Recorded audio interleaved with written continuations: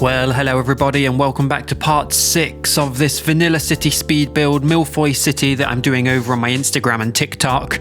And at the end of the last part we opened up a new tile of the map, so we've got a lot of building to do to fill in some new areas. And one of the first things I want to do is just build a little park-low interchange here. That's going to be an important access into the existing city, but also provide access to the new areas that we're building as well. So it's a fairly simple interchange, but just a bit of detailing always makes it look a bit nicer, and you can see the traffic's flowing through there nicely. So in here we're going to build the city's first proper campus university using the DLC. So you've got to be careful where you place the main building, because that's where all of the garbage collection and everything goes to. So close to a main road is ideal. And then we've just got to put in all the assets that are available to us to get those student numbers and the attractiveness level up. These are big assets, so you do have to be careful where you place them, and we're working with not a massive amount of space. We just need to get those student numbers up, so I'm going to turn off the vanilla universities we have around the city. Okay, and we have access to this fertile land natural resource, so we're going to build the city's first farm, and we're going to do that. We're going to use corn, and this is really important. Again, you have to make sure these farm industries get really busy with traffic, so you have to make sure you lay everything out wisely, really maximize your space appropriately. And there you go, we'll hook it up with water, we'll hook it up with electricity, and that will start working nicely. We'll just need to wait for that to level up. I always like to make these main buildings look like a bit of a homestead, so decorate it up.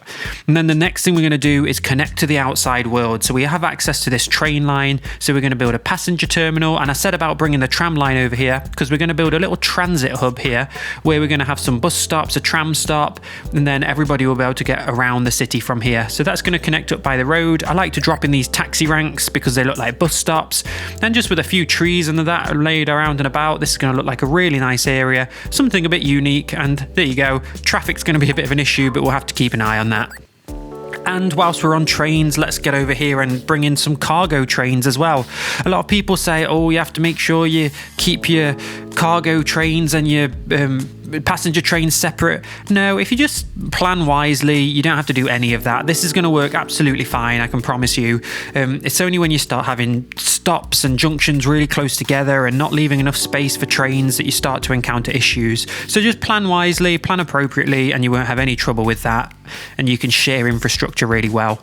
Okay, and the farm leveled up, so now it's time to add some more assets and, you know, make that into an even better functioning farm. So we're going to add in some crops, some animals in here, and I like to kind of separate my farms with trees. You have to be a bit careful that you're not getting rid of the fertile land, but this kind of breaks up the farms. You can make it look like there's multiple farms within the one industry area, and in real life you see trees like that and bushes because they act as windbreaks to protect the crops and animals anyway, so I think that's great. And now it's time to level up the university. So like I said, these are really big buildings and you have to make sure you're completely using the space as best you can. So I'm just going to shuffle things around to make sure we can fit everything in, and then we can start placing some of the new assets.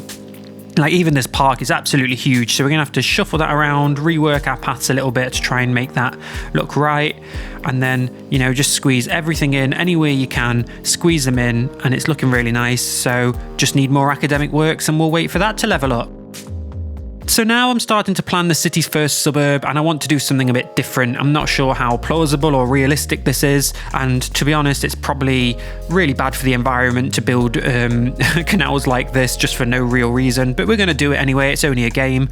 And then we'll lay out the main roads and then a few cul-de-sacs, and this island here is going to be kind of the first one that we zone, bit of commercial, bit of residential everywhere else, and then we'll focus on the rest of the area at a later date.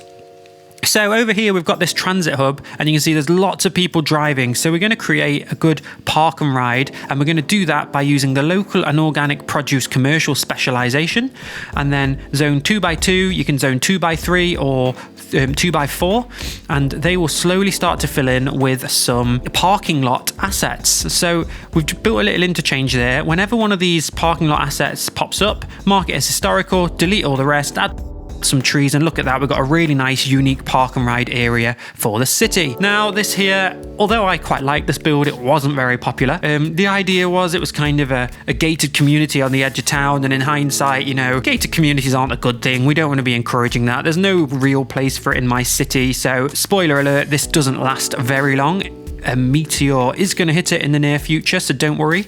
But we might as well enjoy it. I think actually, as far as the road networks were laid out and the facilities and everything, I was quite pleased with how this area turned out. So I wasn't sad to see it go because it didn't really have a place in the city, but also it was fairly cool, so I decided to keep it in for this video so we could see how it turns out, lay it all out, and then, you know, add lots of decoration around. So the school, the idea was it was going to be a really good school, probably some kind of private school, something like that. So I wanted to make sure it had really good facilities, nice area for the student to go.